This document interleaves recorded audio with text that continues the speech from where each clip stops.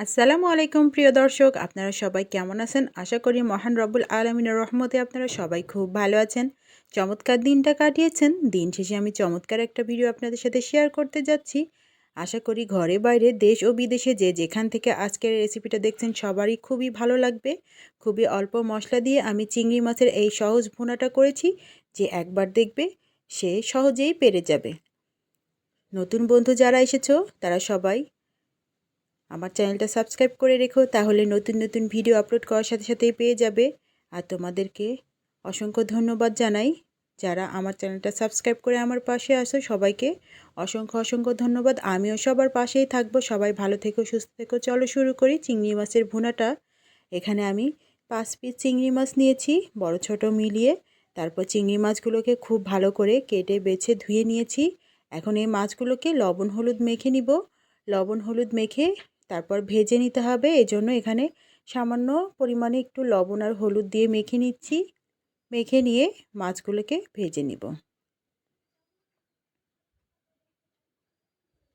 লবণ হলুদ দিয়ে মাখা হয়ে গিয়েছে। এবার আমি চলে যাচ্ছি চুলাতে।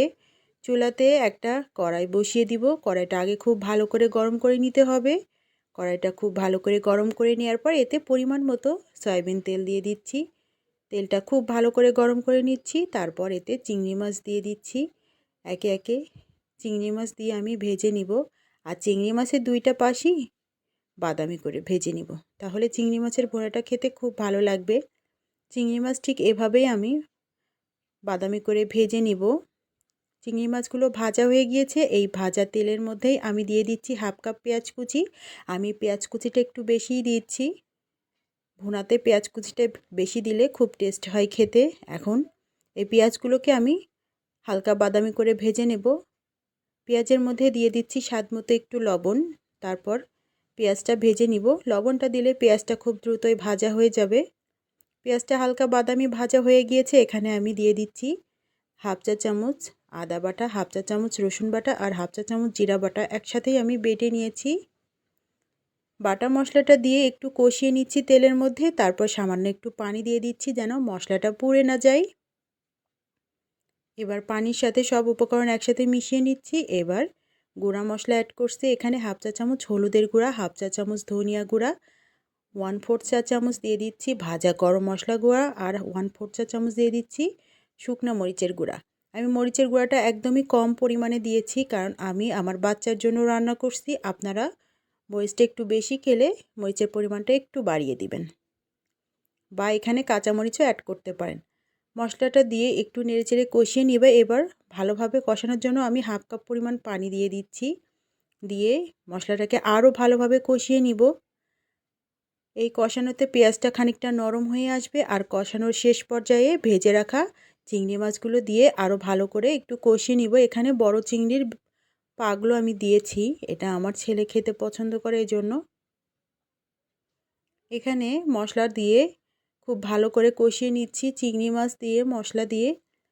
এই কষানোটাই কিন্তু চিংড়ি মাছটা খুব টেস্ট হয়ে যায়। এভাবে ধাপে ধাপে কষিয়ে নিলে চিংড়ি মাছ ভুনা দারুণ স্বাদের হয়। কষানো হয়ে গিয়েছে খুব ভালোভাবে, দেখেন তেল বের হয়ে গিয়েছে মশলা থেকে। এখন এখানে আমি আরও হাফ কাপের একটু বেশি পানি দিয়ে দিলাম। ঝোলের পানিটা পরিমাণটা আপনারা বুঝে দিবেন। পানিতে খুব ভালোভাবে জাল উঠে গিয়েছে। আমি আরও মিনিট 5 মতো জাল করে নিচ্ছি। আর নামানোর শেষ পর্যায়ে এখানে অ্যাড করে দিচ্ছি হাফ চা চামচ পরিমাণ চিনি। চিনি দিলে এই ভুনাটা খেতে আরও টেস্ট হয়। যেহেতু আমি ঝালের পরিমাণটা কম দিয়েছি বাচ্চাদের জন্য, আর হালকা একটু চিনি দিচ্ছি, এতে ভুনাটা খেতে খুব মজা হবে। আপনারা চাইলে কিন্তু এক্ষেত্রে কাঁচামরিচের পরিমাণটা একটু বাড়িয়ে দিতে পারেন। আমি স্রেফ 3টা কাঁচামরিচ দিয়েছি, 3 থেকে 4টা। হালকা একটু মুখ ফেরে দিয়েছি যাতে ঝালটা বেশি না হয়। আপনারা একটু বেশি করে ফেরে দিতে পারেন, তাহলে ঝালটা সুন্দর হবে। আমার চিংড়ি মাছের ভুনাটা হয়ে গিয়েছে। আমি একটা প্লেটে তুলে নিয়েছি। কি লোভনীয় হয়েছে, একদমই অল্প মশলায় শর্টকাট। বাচ্চা থেকে বড় সবাই কিন্তু এ ধরনের চিংড়ি মাছের ভুনাটা খেতে পছন্দ করবে। বিশেষ করে যারা ঝাল খেতে চায় না তাদের জন্যই আমি এরকম কম ঝালের রেসিপিটা শেয়ার করলাম। আর আপনারা যদি একটু বেশি ঝাল খেতে চান সেক্ষেত্রে একটু বেশি দিয়ে করে নেবেন। আজকের রেসিপিটা যদি ভালো লাগে অবশ্যই একটা লাইক আশা করি।